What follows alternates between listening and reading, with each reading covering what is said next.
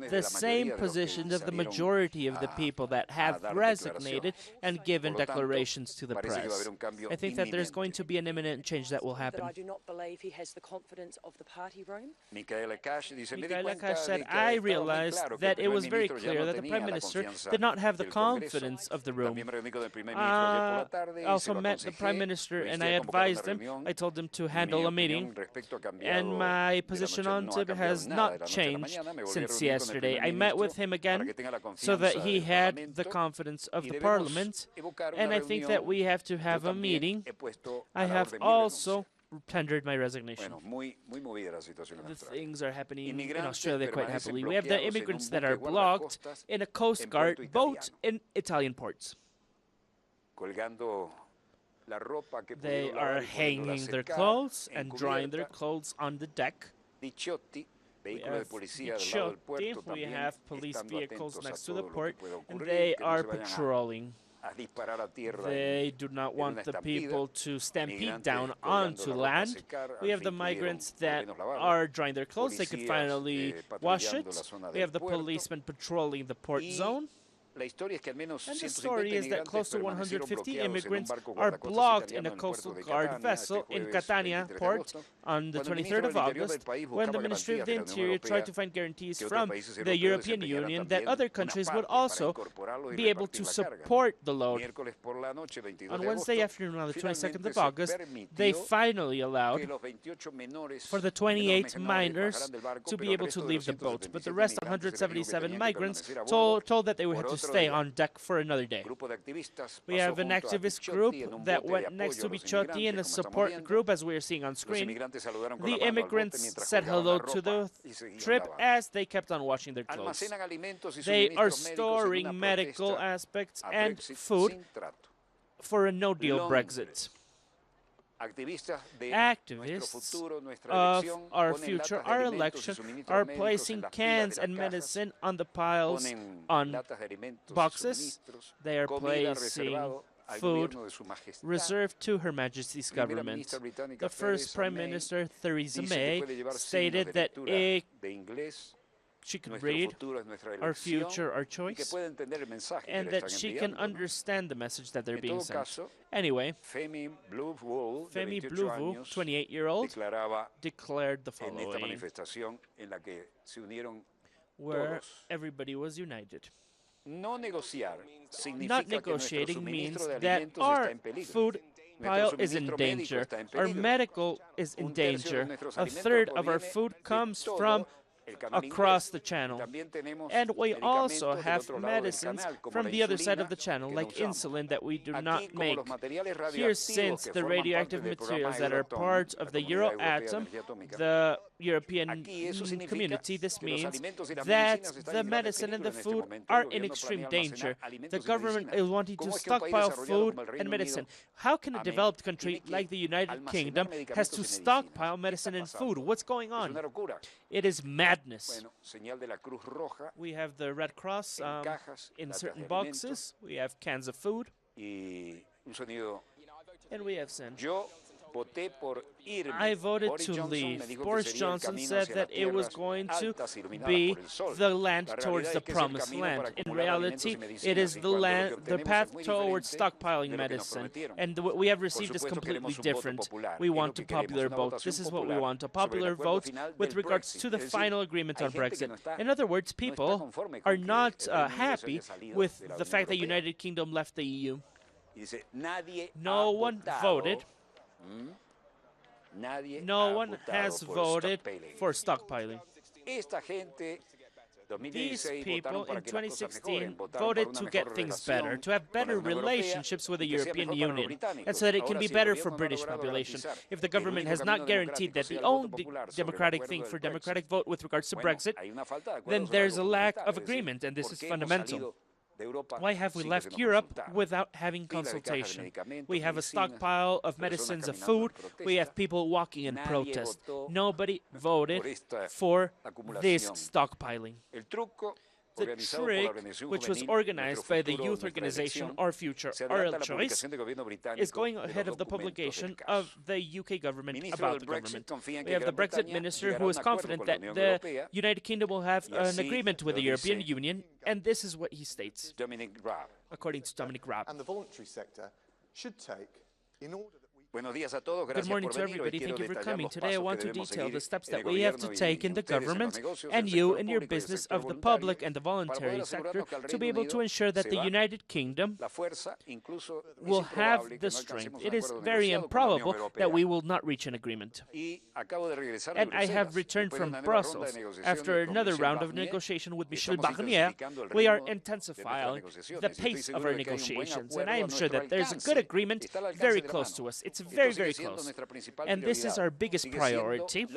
It is the main aspect that we have taken into account. Of the withdrawal agreement has now been agreed, and we're making further progress on those outstanding separation issues. Then he said, I am still confident that having a good agreement is a lot more possible. The vast majority, close to 80%, of the agreement has already done this, and we have problems that are pending in order to be able to order that separation if it's going to be able to happen, as is if ignoring those who think differently. We have to think about the possibility, which is an alternative, that the European Union does not agree with our ambition and our pragmatism, and in reality we do not reach a real agreement. But let me be very clear about this. It's not what we want. It's what we expect, but we have to be ready. Perhaps it's not what we want or we expect, but we have to be ready for everything. We have the goal as a government to be able to plan for any difficult aspect, and we have to have sensible conversation that's realistic about what a situation really entails without no-deal Brexit, particularly for companies, for public sector organizations, for NGOs, and we also have to take certain measures in order to be able to avoid any type of problems and mitigate the risks that may rise now with our exit from the European Union through Brexit. Other technical notices today published today. Now, a no deal, the United Kingdom will not be part of the regulatory procedure that will be part of this, but we do not want any type of interruption or delay in the European Union. So we want to have the approval of existing medicines if they have been carried out as a regulatory member. Germany, Merkel begins her trip to Georgia. Angela Merkel is being greeted by the German ambassador in Georgia. She's walking down the red carpet towards the building. She receives a very warm welcome. She is walking the red carpet and with a guard of honor. That is how she is received. We have a military band. All of this area of the airport was isolated with very big security measures, and Merkel shook the hand of the Georgian Prime Minister. We have a military ceremony system, and we have a guard of honor presenting the weapons. Merkel and Bratzatzel in the government walked a lot from the plane to the location of the building. However, we cannot hear the military band playing. Angela Merkel reached Tbilisi on Thursday, and she began a 3-day trip in this region. Merkel was received by the Prime Minister, Mahmoud Ahmadinejad, in a ceremony of military honors. And then Merkel would meet with the president of the country, and she would go to a dinner.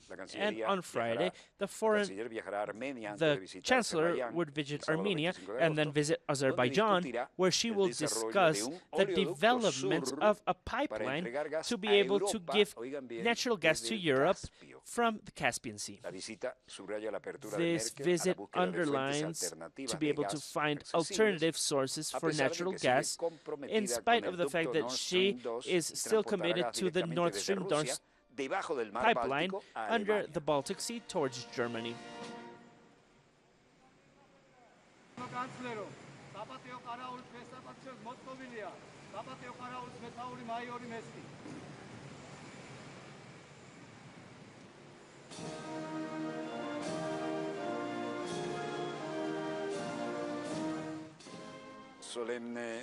We have the version of Deutschland, Deutschland über alles.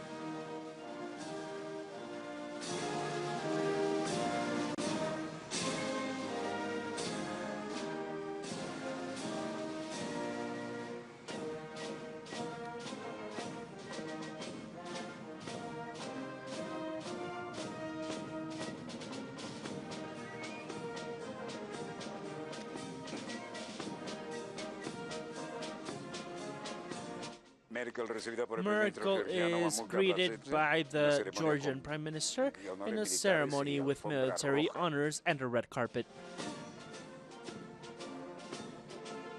The visit underlines the openness of Angela Merkel to find alternative sources of gas, but she is still committed with the Nord Stream 2 project. This, as we had already said, would be through Russia underneath the Baltic Sea towards Germany. This lady keeps on making history. And she had a very important country to govern, particularly with the highs and lows that she had had. Look at the official guard, the typical uniform that they wear. We have an architecture that really underlines the situation. There were 2 deaths with knife attacks in a suburb in Paris. We have police cars reaching to the location where the attack occurred. Police officers are standing next to the vehicle, and they even came from the highway police. And the topic is very worrying. 2 people passed away and one was gravely injured with a knife attack in the suburb of Paris, according to police spokespeople. The assailant, with a massive knife, was then shot by the police, according to sources. He yelled, "Allahu Akbar!" God is great, but the police could not confirm this really. The reason behind this attack and the profile are unknown. They are being studied. However, it was something that worried a lot of people. In Argentina, they seized the property of Cristina Fernandez. Police forces, Argentinian police, seized the house of the former president and current senator. To seize the property of the former president Cristina Fernandez in order to find evidence that support the accusations of a former driver. The Senate allowed for this procedure, and the police went into the building in order to be able to seize all of the property. The security services did not allow the lawyers of Fernandez to go in, and they began the operation without any restriction, apart from the guarantees requested by the defense. Very well, this is the only thing that was missing. This situation is moving forward quite quickly in our sister Republic of Argentina. We are fully aware that there we have a huge faithful audience. Even when they have the very exciting thing that they see Dossier very late through Telesur. So we receive a lot of communications, not only from there, but also from all of Latin America and the Spanish-speaking world. Mexico, we also have plenty of communications. From the Caribbean, there's pretty much no country that we do not receive this. We have received a very interesting surprise from the University of Osaka in Japan, and they have written to us again. And they do not watch us there by satellite, but they follow us through social media. So wherever you may be, in our lovely, contaminated, and only spaceship, thank you very much for allowing us to be here with you. We will be back tomorrow, God willing, with the news in development and in full development. Both expressions have been trademarked when our spaceship has turned about its measuring actions. And God willing, we will be here in Studio 3 in Venezolana Televisión, the official channel of the Bolivarian Republic of Venezuela, VTV, Victor Tango Victor. In the name of the team, I'm referring to the studio team, because I am very proud. I began carrying cables behind, then I was a cameraman, then I was a coordinator, then I was a director. I have a diploma from the BBC that says that I'm a producer and a director, and plenty other things that I very proudly share with the team. It is now time. No, we still have a couple minutes. I want to tell you an anecdote, because there were students of journalism that asked that I tell it again, because perhaps they did not understand. I was in the south of Iraq, in the Iraq-Iran war, and I was there with colleagues, with my cameraman And all of a sudden, that war, which was brutal, stopped. And it stopped because everybody was shooting each other and nobody let any position go. And the idea that we have, there's always a sinister plan of trying to change the geopolitical map for the Middle East, and particularly to take the oil from countries that have oil, apart from the fact that the biggest oil reserve is here in Venezuela. And that's why we have so many bases that are giving up their sovereignty and pulling their pound stand because of this. They came to our aid. I was in the southern part of this, and I'm going to repeat this because this was requested by the journalism students. We went to a bunker. The area was controlled. There was a strange silence because they had shot each other, and there was jostling for position, but nothing said.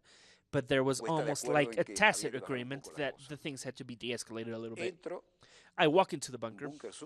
It was an underground bunker with a huge table with a map of all of the area. And this is the anecdote that they wanted to hear. The general of all of the southern part in Iraq tells me, in English, you, Mr. Walter, will be able to move in this area, in this other area, in this area, and in this one. And I'm going to send you a vehicle in front of you, but it will not be very close to the one that you are there, because if they see 3 vehicles, they're going to start shooting you, and this is going to be a carnage. They have all of the way to do this. So we had a vehicle in the front, yours will be in the middle, and another one in the back in order to be able to protect you. And I was really shocked about his warmness, and I told him, well, allow me, I have been a military, I can interpret certain type of letters, and particularly when I have been in the Air Force. But believe you me, what makes you think that I can understand that very technical explanation? And then the man came back to the communication and he stopped talking English and he talked to me in Spanish. He didn't have very good Spanish. He had a strong accent, but it was very good. And he said, Mr. Walter, I know that you interpret military maps very well because here I am the commander of the southern part of this area. At this moment, we have a strange calmness of a ceasefire, and we are respecting it. That's why I told you that we have to separate the convoy. But I know that you can interpret a military map very well, because I was an ambassador in Caracas, and I never missed Dossier as a show, and I know that you handle maps very, very well. And I was shocked. That anecdote that this profession oftentimes tells us and gives us very proudly to tell you. Very well, we will be back tomorrow, God willing, when our beloved, contaminated, and unique spaceship, we do not have anyone, and there's no special boats for this spaceship, has taken another turn amongst the imaginary axis. And we will be back here in the Studio 3 of Venezuela Televisión, always God willing, in order to tell you the small stories of the next 24 hours. Wherever you may be, thank you very much for allowing you being there with you. I fulfilled with the journalism students, that's the anecdote that they asked. Dear Director, the floor is yours.